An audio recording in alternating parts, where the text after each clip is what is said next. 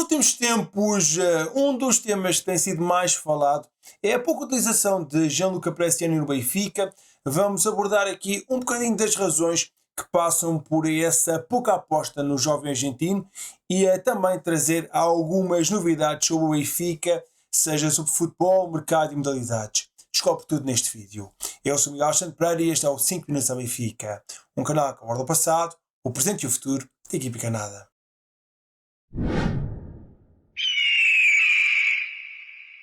A 17 de janeiro, a Bruno Lage assumiu que tinha um plano para Gianluca Prestiani, mas até agora o jovem argentino tem tido pouquíssimo tempo de jogo.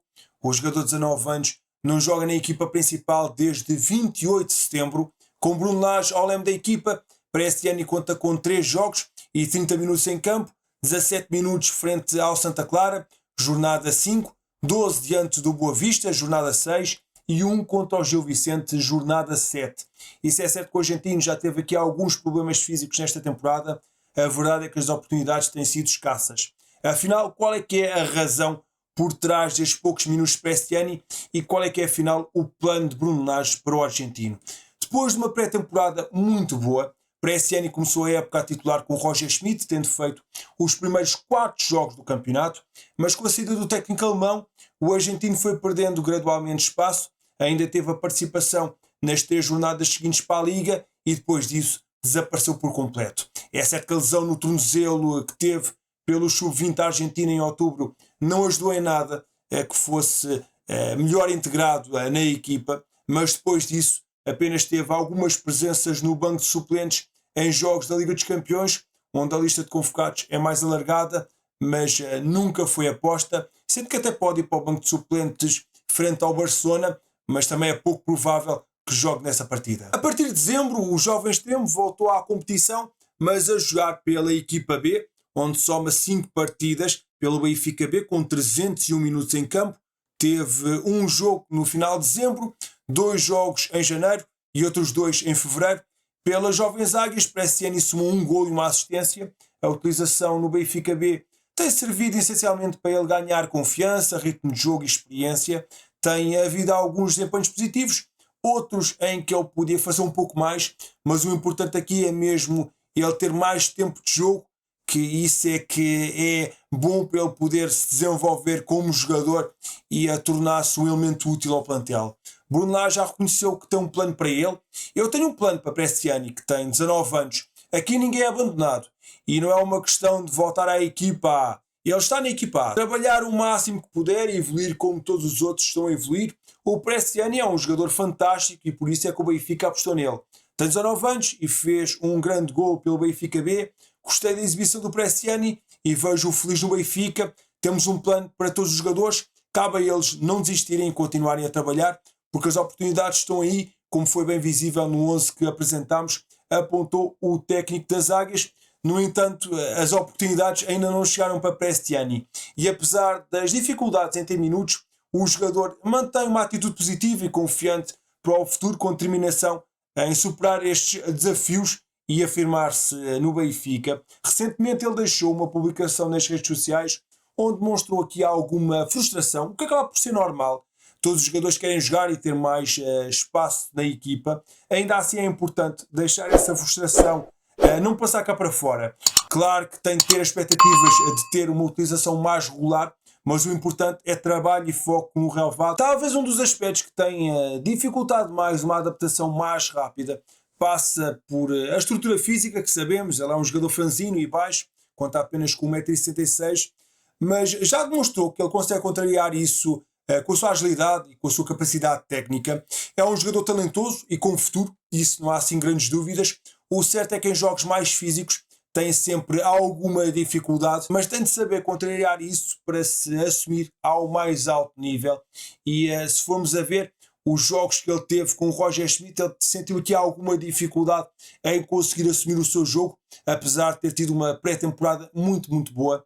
É talvez nesse aspecto que é preciso limar um pouco o seu estilo de jogo, mas também na componente de jogo sem bola, no qual Bruno Lage dá muita primazia e ele tem que ser um jogador mais proativo a tentar roubar mais bolas ao adversário. Por ser um jogador jovem e ainda está a viver um período de adaptação ao futebol europeu. Há jogadores que demoram também algum tempo a mostrar todo o seu valor. Dando aqui um exemplo fácil, o seu compatriota Di Maria foi contratado pelo Benfica em 2007-2008 e apesar de se perceber desde logo o seu talento, só na terceira época é que ele realmente mostrou todo o seu valor. Mas enfim, isso já foi há imenso tempo e agora o futebol atual pede cada vez mais imediatismo, ou seja, não há grande paciência nem muito tempo a crescer, é preciso resultados logo. O certo é que Prestiani completou a 31 de janeiro o seu primeiro ano nas águias, também não é propriamente assim muito tempo, mas é preciso começar a ganhar o seu espaço e a ter minutos. Aqui o grande problema está no investimento alto que o Benfica fez na sua contratação, 9 milhões de euros. Em jogadores tão jovens era importante tentar baixar um bocadinho o valor da transferência para não só correr menos riscos a nível financeiro, mas também para não colocar tanta pressão nestes miúdos que acabam por chegar ao Benfica. Se o jogador tivesse custado 2, 3 milhões de euros, eu acho que a pressão não era assim tanta e o seu crescimento e desenvolvimento ia acontecer sem grandes ondas. Agora o investimento é bastante alto, por isso também há o desejo que o jogador comece a render mais rápido, não só por parte dos adeptos, mas por parte também da estrutura benfiquista. Bruno Lage, por enquanto, tem estado algo hesitante numa aposta mais séria por parte do jogador. O técnico das Águias olha para Prestiani mais como uma aposta para o futuro e não parece ainda olhar para ele como uma aposta para o presente. Pelo menos ainda não olha como um jogador já consolidado e que possa ser aposta frequente. O técnico das Águias prefere uma integração gradual para que o jogador se adapte às exigências do futebol europeu, para que, se é para errar, seja na equipa B. Para a sua posição, a qualidade do plantel também acaba por ser grande, há muita concorrência interna, mas já houve aqui ou ali algumas chances para ele poder ter aqui alguns minutos, principalmente naquela fase onde tivemos aqui algumas lesões. Prestiani podia ter tido aqui uma oportunidade. Esperemos que a próxima chance para ele jogar na equipa principal esteja para breve, mas em abril há pelo menos uma grande oportunidade para ele poder mostrar o seu valor no jogo diante do Tirsense do Campeonato de Portugal, nas meias finais da Taça de Portugal. A eliminatória vai ser a duas mãos e é aqui uma excelente oportunidade para ele ter minutos na equipa principal e mostrar que já está pronto para conseguir jogar com frequência a este nível. Vai ter que ser aqui um momento em que ele vai ter que dar tudo para marcar mais alguns pontos. O certo é que este plano para 2024-2025 parece bastante claro por enquanto.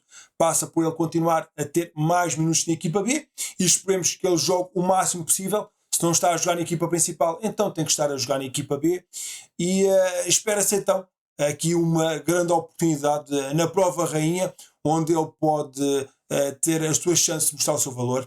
Para este ano vai ter de continuar a lutar a cada treino, a cada jogada, para conseguir ganhar o seu espaço na equipa principal.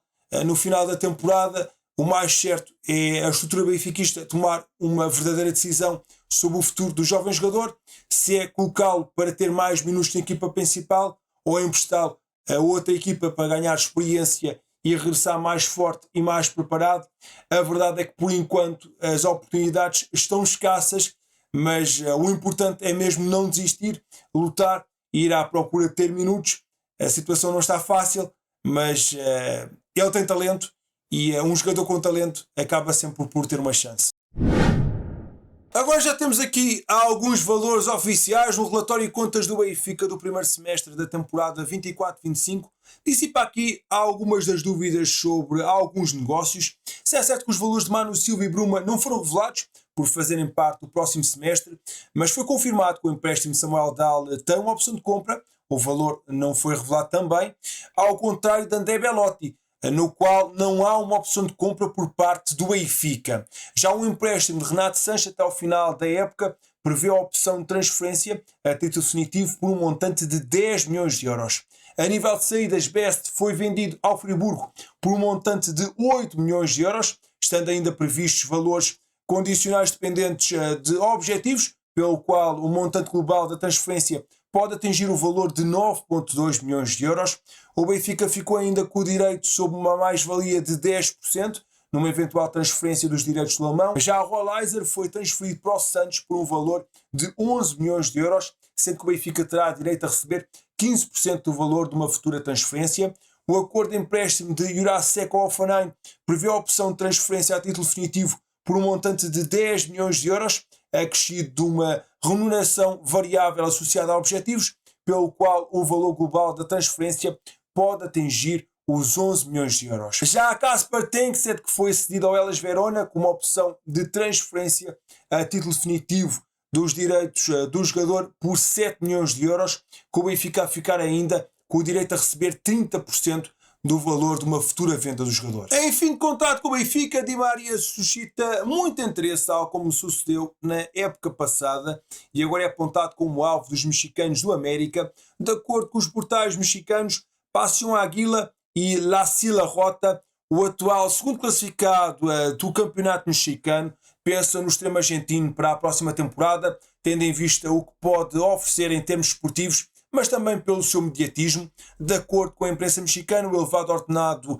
do internacional argentino não será problema para o América, até porque a Adidas, que passará a equipar o clube a partir da nova época, pode vir a ajudar. Di Maria poderia ganhar cerca de 3 milhões de euros no América.